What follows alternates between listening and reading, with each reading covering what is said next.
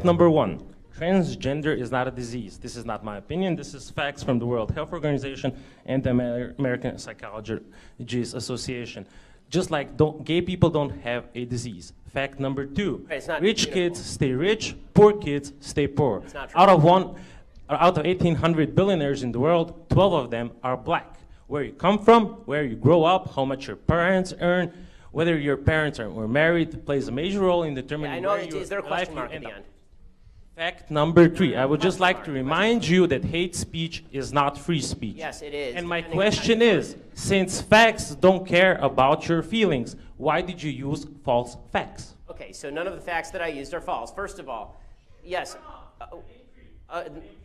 No, okay, first of all, would you like the answer? Okay, so the 3 facts you mentioned, you talked about transgenderism. First of all, until 5 minutes ago, the DSM specifically defined transgenderism as a disorder. It defined it as gender identity disorder, now calls it gender dysmorphia, which doesn't even make sense. It says that depression is the actual problem, not the actual gender disorder, which again does not explain why the transgender suicide rate is upward of 40%, and the actual suicide rate for the rest of the American population is lower than 3%.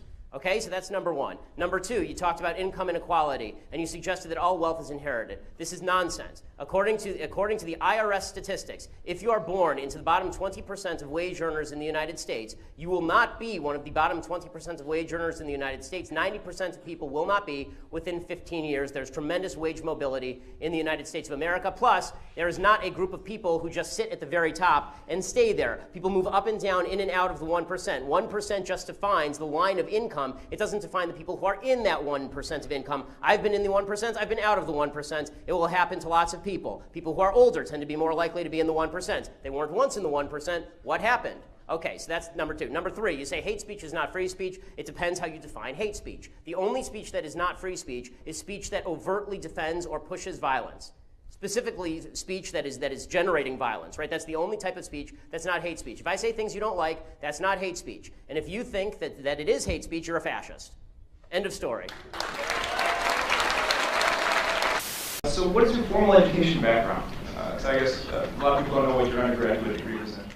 So I was at UCLA in political science and then Harvard Law School. Okay. So you don't have, you wouldn't consider yourself an expert in sociology? I mean, I don't consider sociology a particularly expert field, but go ahead. I think I'm able to read a sociological study.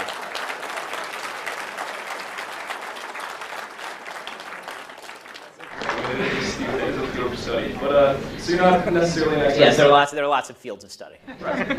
Well, what I'm getting at is there's a lot of topics. Let's put it this way, I know a lot less about welding than I do about sociology.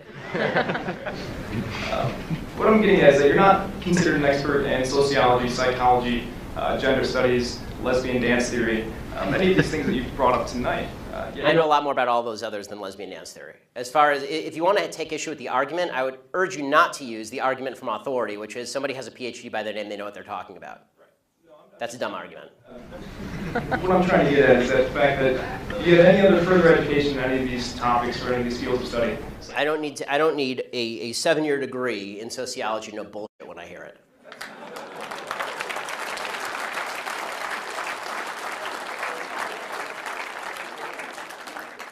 And granted, that's your opinion. Right, because I'm here, yeah, giving it. That would mean that you're also offering kind of an unqualified opinion on a lot of these topics. See, again, you're just making the argument from authority. I don't think slapping a PhD from Ferris State next to your name makes you an expert in all things in the field in which you propose to speak. Okay, the fact is that either my argument's good or my argument's bad. Citing to my credentials is a really bad way of making an argument. It's like it's actually the equivalent of, it's so funny, when people do this, it's the equivalent of actually a religious person saying, citing to the Bible for an argument. I'm a very religious person, right? I mean, see this? It's the yarmulke, okay? I'm a religious person, okay? I never cite to the Bible. The reason I don't cite to the Bible is because that's an argument from authority. Okay, you may not believe the authority to which I'm citing. I don't believe the authority to which you're citing. So you're going to have to make me an argument as to what I'm saying that's wrong instead of just saying I don't have the properly enumerated degree from the institution of your choice. I'm merely citing academia. If you haven't done any significant study or any type of educational, you haven't established yourself as a PhD or a doctorate in any of these programs, so how can you make a qualified opinion on any of these topics is my question. Because I have read the studies and I can have an opinion on them. So you mentioned how people aren't victims of circumstance. And As a general rule, some people are, obviously. But how do you explain people who aren't given access to certain things and stuff, and therefore cannot advance? Like you cite like single mothers and stuff like that, and fathers leaving them, and women. Oftentimes, you see it all across the country. Planned Parenthood clinics being closed down and stuff, and they can't get access to contraceptives or abortion and stuff that would stop them from being in that situation. But you think that somehow they should just help themselves, but when in fact... Condoms cost 35 cents. I think they can help themselves. I mean, that's the idea that contraceptives are not available in the United States is absurd. It's absurd. I'm sorry. It's crazy. The idea that you can't get cheap or free condoms anywhere.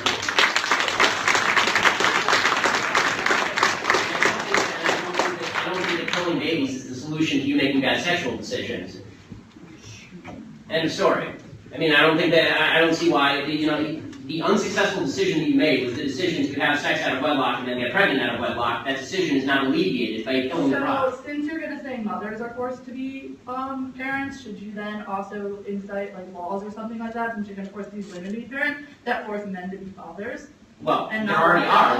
It's called paternity They're tests. not fathers because they walk out and leave their kids, and then you have this, as you cite. Yes, absolutely. I'm in favor of that. It's called marriage, and the left undermined it. It was awesome.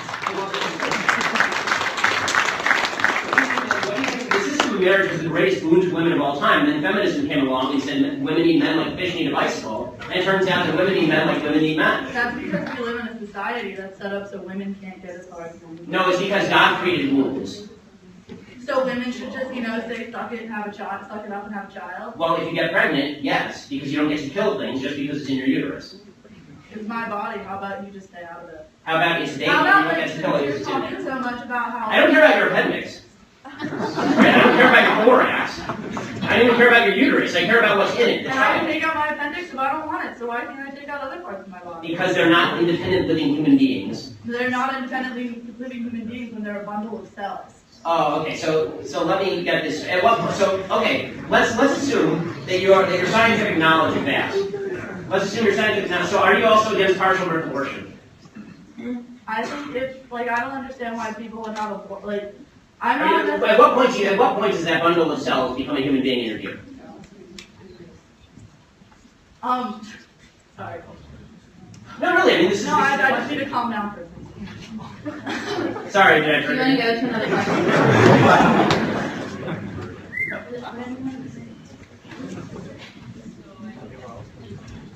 No, I mean, that is the relevant question. If your argument is that it's a bundle of cells, then the question becomes when it's not a bundle of cells.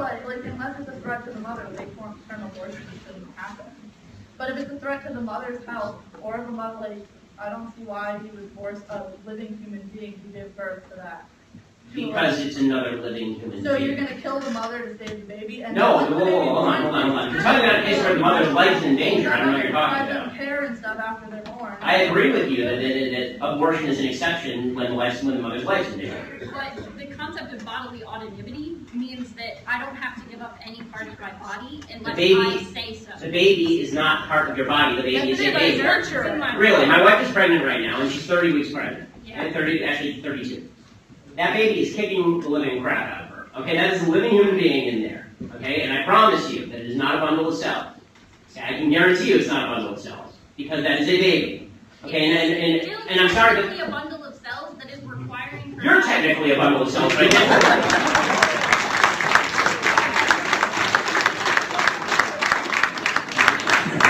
You can say no. That is the concept of bodily autonomy. The entire concept of why we Okay, so we have other questions that need to be asked. You have 10 minutes. We can go on all down this, but here's the final point.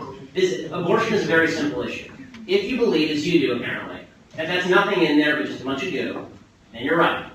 If you believe in something called science, that is more than a bundle of goo, then you do not get to kill it just because it's convenient to you. And let me tell you something. No, science definitely dictates that a fetus, until it can leave the womb and be technically viable, is a bundle of cells inside a person. Okay, so if you can only live on life support, you're not a person.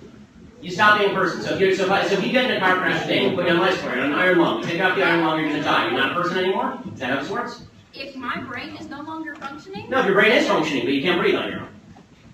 Then I'm still technically viable. Brain function... No, you're not, because the machine is keeping you alive. Look, again, the bottom line is this. If you are defining whether something is a life or not based on your own convenience, that is the nature of evil.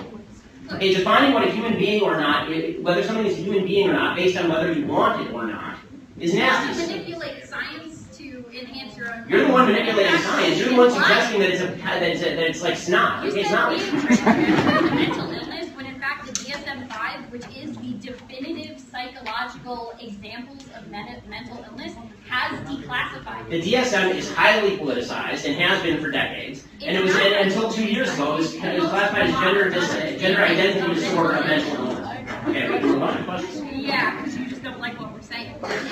No, see, the difference is I let you talk. No, what's funny is you actually know my father, but you had the same conversations with him, and you shut him down too. In what way have I shut you down? You've been talking for like 10 minutes here. She's been talking, I've been talking, but you haven't actually answered her questions. No, I did. You just don't like the answer. And I'm sorry if you don't like the answer. As far as the institutional racism, all I would ask you to consider, you can believe what you want, but I would ask you to consider this. Shouting institutional racism does not actually combat racism. You have to find individual instances, and you have to show me who the racists are so that we can fight them together. I hate racism. I think it's evil. But if you're just going to say institutional racism every time something bad happens, there's no way to fight it. I need a policy that you're proposing, or I need a person who's actually racist so that we can fight it together, or we can determine whether the policy is good. What I find really problematic is the virtue signaling that I see by so many people on the other side, which is, I don't have to give you the racist, I don't have to tell you who he is or what measures I'm proposing. I just say institutional racism, everybody cheers for me because that's an approved point of view, and now we move on with our lives. You haven't helped anybody, you've just made yourself feel better. If you want to, have her respond, please. Well, I think that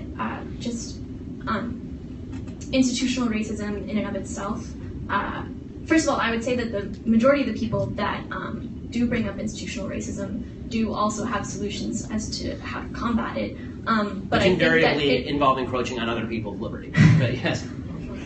Well, I would just say that there is kind of, again, I feel like you're painting a wide and diverse group of people with the same brush and saying that if you can't point to a policy or if you can't point to a person, then you're just wasting everyone's time. And I think that a lot of people are trying to point to policies. And while I think that the idea of pointing to a racist person is fundamentally in contrast with the idea of institutional racism, because institutional racism grapples with implicit bias in the society as a whole, or not like a ghost in the machine, but in individuals. Unless you're connecting that to a policy, it's a cop-out. Because now we're ghost hunting again. If you just said to me, we have a problem in American society, income inequality, right, is a problem in American society. If you just gave me any problem, and I said, well, that's the Bilderbergs' fault, right? That's the fault of the Bilderbergs, right? It's a conspiracy. It's the fault of the Bilderbergs, right? There are all these conspiracy theories about the Bilderberg group. Now, let's say that it's the Bilderbergs' fault, or it's the Protocols of the Elders of Zion. It's whatever it is. There's some conspiracy out there. You would say to me that's not useful because what are you even talking about? When you say institutional racism, it's too broad. You at least have to name me the institution. Which one is the racist one? Which institution is racist? Tell me which, so we can fight it seriously. So we can fight it together. Just shouting slogans like institutional racism it's not effective. Shouting white privilege is not effective. I want to be on your side. I do. I want to fight racists. I think racism is. I think racist behavior is evil. I want to fight it with you, but I can't fight it if you're not showing me what it is. And we have to decide together if the policies you're proposing will alleviate racism or exacerbate racism. And it turns out, I think that a lot of the policies proposed by the left, I think institutional racism is usually a lever for proposing a policy that is actually unpalatable to freedom, and then castigating people on the other side of that policy as being in league with the institutional racism. The policies are good or bad without regard to words like institutional racism, is what I'm saying. Honestly, I would love to sit down and talk with you for an hour about it because it's a worthwhile conversation, and I think we could actually get somewhere with it. But I think that slogans generally tend not to be particularly effective in getting us to solutions.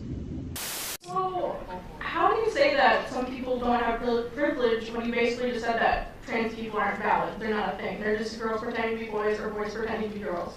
Okay. Okay, Oh, someone's excited. Okay. It's biological, but gender is a completely different thing. No, gender is not disconnected from sex. So. It's not completely disconnected, but it's still a cultural thing. It's still from society. It's Okay. No, it is not in the mind. Okay, you're not a man if you think you're a man. And I didn't say pretending, or if I did, I shouldn't have said pretending. Let me amend. You said playing. Okay, I said a boy who thinks he's a girl. That's the usual phraseology I use. Not playing. I usually say a boy who thinks he's a girl or a girl who thinks he's a boy, which is technically what we're talking about here. As far as the actual psychological issues at play, it used to be called gender dysphoria or gender identity disorder. Now they call it gender dysphoria. The idea that sex or gender are malleable is not true. Okay, and I'm not denying your humanity if you're a transgender person. I am saying that you are not the sex to which you claim to be. You're still a human being, and you're a human being with an issue that I wish you Godspeed in dealing with in whatever way you see fit. But if you are going to dictate to me that I'm supposed to pretend that men are women and women are men, no. My answer is no. I'm not going to modify basic biology because it threatens your subjective sense of what you are. Okay, but you're still saying these kids should not be accepted because they don't really fit in either place? They can't just I'm saying that the Boy Scouts have a standard. You must be a biological boy to be a Boy Scout. You have to be a boy to be a Boy Scout. Where's that written, though? Okay. In the name Boy Scouts. Because this is a very because for all of human history, boy meant boy and girl meant girl. Boy did not mean girl. People are breaking our same-sex culture. And if I call you a moose, are you suddenly a moose? Okay, if I redefine our terms. No, yes, that's right. Men and women are a completely different thing. This is true. Have you ever met a man or a woman? They're completely different. Completely different thing. You can't just say you're a cat. It's not a thing. It's genders. It's not saying you're. Okay, why is that? I don't understand. Why? Okay, let me ask you this. Okay, I won't ask you how old. I will ask you how old you are. Okay, because you're young enough that it's probably not insulting to ask you. So. I'm 22, so I'm probably young and naive, right? No. Why aren't you 60? Why aren't you 60? Because And why can't you identify as 60? What is the problem with you identifying as 60? Because it's not the same as gender. You can't just. You're right. Age is significantly less important than gender. You can't magically change your gender. You can't magically change your sex. You can't magically change your age.